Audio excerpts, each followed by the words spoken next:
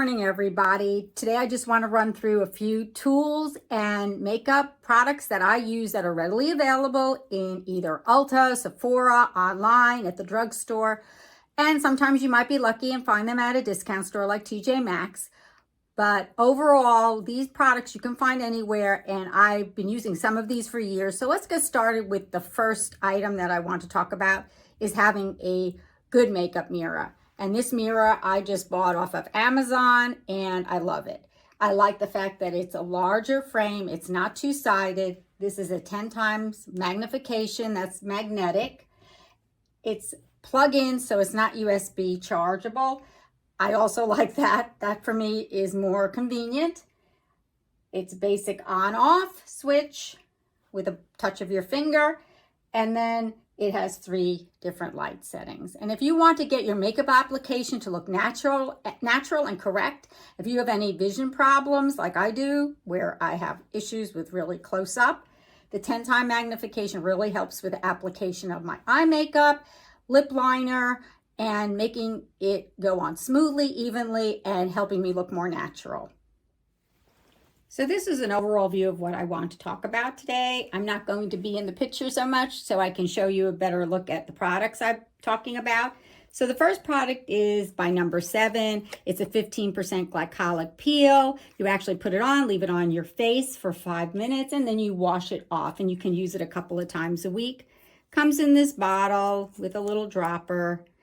It's thick, and it's good for overall texture of your face to make it a little bit more refined. But if you want spot treatment, I recommend L'Oreal. This is a 10% glycolic acid. I only use this at night. It's more of a little liquid dropper, and I put this on the areas of hyperpigmentation that I have. You do not wash this off.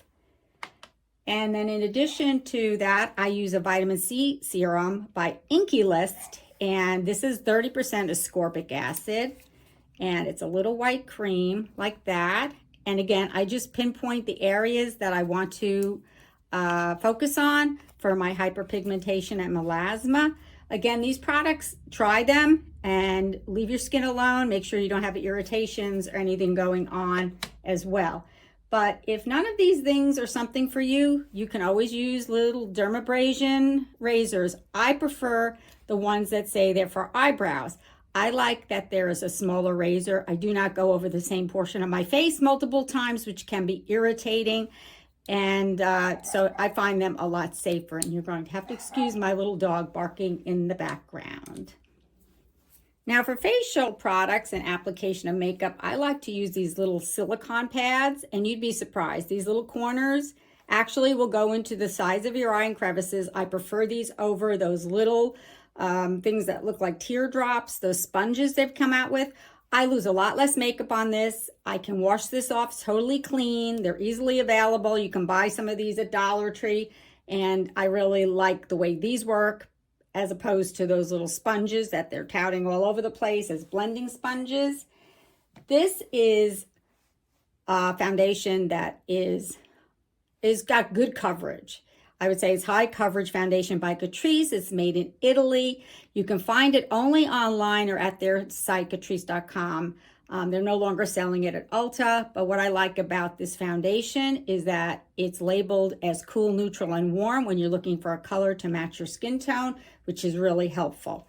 Now, if you do like to use primers, I like the number 7 Airbrush. It's called Airbrush Away. It's very delicate. It's very light on your skin. It works great underneath the Catrice foundation. Since that tends to be a little bit heavier, it doesn't glide as easily, but this will help it totally glide on smoothly and evenly on your face. So those are 3 products plus this that I really like to use on my skin. Now, when I want to wash my skin at the end of the day, this is something I like to use. Tahoe towels, they are readily available on Amazon. There's different brands you can buy. They don't allow you to accumulate bacteria because you use them once and you throw them away. Products that I use for my eye care, on my eyebrows, eyelashes, etc. is this. Number 1, I've used this forever. This is by Revlon. It has a slanted tip This is a tweezer that's ergonomically designed. It's great for people who might have arthritis or problems holding those little tweezers. And they are readily available. They still sell them, I believe, in Walgreens, and you definitely can get them online. I no longer use any kind of waxes, or threading on my eyebrows is just too intense for my skin. And if you do want to curl your eyelashes, I have problems with the really long eyelash curlers. This one is by Revlon. It's smaller. It can pinpoint just certain areas of your eyelashes that you want to curl up. And I find it less pulling, less irritating if you want to give that a try instead of the full-sized eyelash curlers. And one of the best things you can buy is having, it doesn't have to be this, just a spoolie and a good little scissor. This is for your eyebrows. Brush your eyebrows up, get all those hairs that are overgrown off the top, and just clip them off the top. You'll be amazed how more well-groomed your eyebrows will be with that simple trick of using the spoolie and the little scissor to cut off those strands. Right above here, right above your eyebrow, you spoolie it up and then cut it here so that you get all those loose hairs that might be dangling, which is better than tweezing them, because this is how you end up with over-tweezing eyebrows. As we progress to the eye makeup or eye care, I like to use a little eyelash primer. This one is by Lash. It's made in Paris, cruelty-free. It's clear. I like that it's clear. It doesn't leave any white residue. And you can also use this as a eyebrow primer if you want. And then for your waterline, this is made by Essence. This is just a beige eyeliner pencil. And if you use this on the inside of your waterline, it makes the whites of your eyes look brighter, and it brightens your whole eye with this simple trick. And once your eyelashes have dried from the primer, I really like to use, this is by Essence. This is the False Lash Effect. It comes in either waterproof or not waterproof. I prefer the non-waterproof variety, and I like it because I like the brush. I like the dimension of the brush. It's not too thick, it's not too thin, it's just angled correctly. It works beautifully. Now, if you find you are getting too much thickness or clumpiness, believe it or not, sometimes I just put in a drop or two of some eye drops and just rub the brush up and down and shake this around a little bit just to make sure everything is not getting gloppy or sticky inside. And you can just also wash your this brush off with a little paper towel or something dipped in that eye drops to clean it off every so often, especially if you're afraid, if you've had any kind of eye issue or eye infection, you want to keep this clean. The last thing you can use on your eyes is, instead of using eyebrow pencils, I just use this eyeliner. It's a micro fine eyeliner. It's from Essence. You can buy this in the, well, you used to be able to buy it in CVS. I'm not sure if they're all carrying it anymore. I know they sell it at Ulta. I know you can get it online at Amazon. This creates really fine hairs for your eyebrows, as well as using it for eyeliner. So this can do double duty for you. You really don't need to use a eyebrow pencil. And gels, I find I can never get to work correctly. They don't look natural. This is great because it's very, very thin. This is a very thin micro tip on here. So those are perfect for your eyes. Now I'm on to your lips, and this product is absolutely phenomenal. It's called Moisture Renew. It's by Rimmel.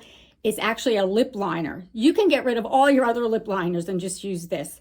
This will prevent any feathering from your lipstick, and it will not give you that defined line on your lip.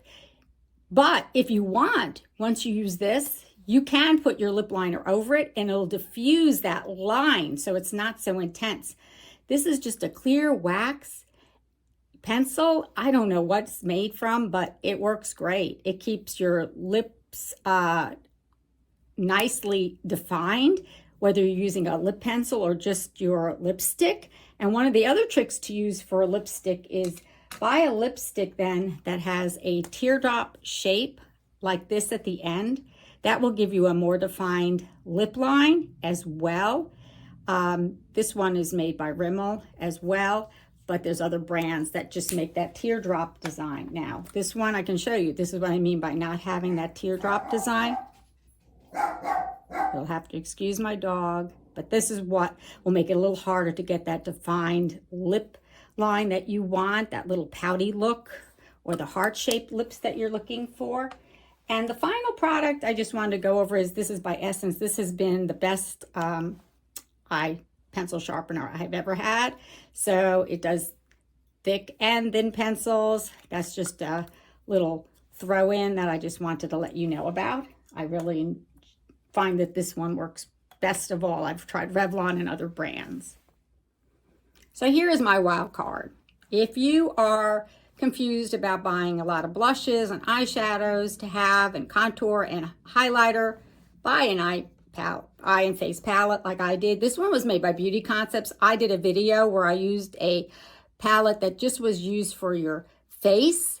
On my eyes, it was by Japanesque, and that works too. So don't be shy to use a blush tone on your eye, because these colors are usually more natural to what most people in a light to medium complexion would have on their face. They're not odd. So see, these are colors that are more natural. They're more to nature of what somebody would probably see on their skin. And they're not highly pigmented, even though they look dark. So, you know, they're something you'd have to layer on to get a lot of intensity. And I like the fact that there's, you know, just enough color in all these facial products. Even though this is maybe a contour and this is maybe a, you know, highlighter and this is the blush, I actually mix them all together and put them on my face. So don't be afraid to do that as well. So if you want to save a little bit of time and money and thought in what you're going to put on your face every day, you generally stick to the same blush. Most people don't change blushes. But if you want a nice array of natural looking eyeshadows, you might want to look at a face and eye palette. And this one, just like I said, was made by Beauty Concepts. So I hope you liked this video. I tried to find and show you the basic tools that I use just about every single day that have really made a difference in my beauty routine.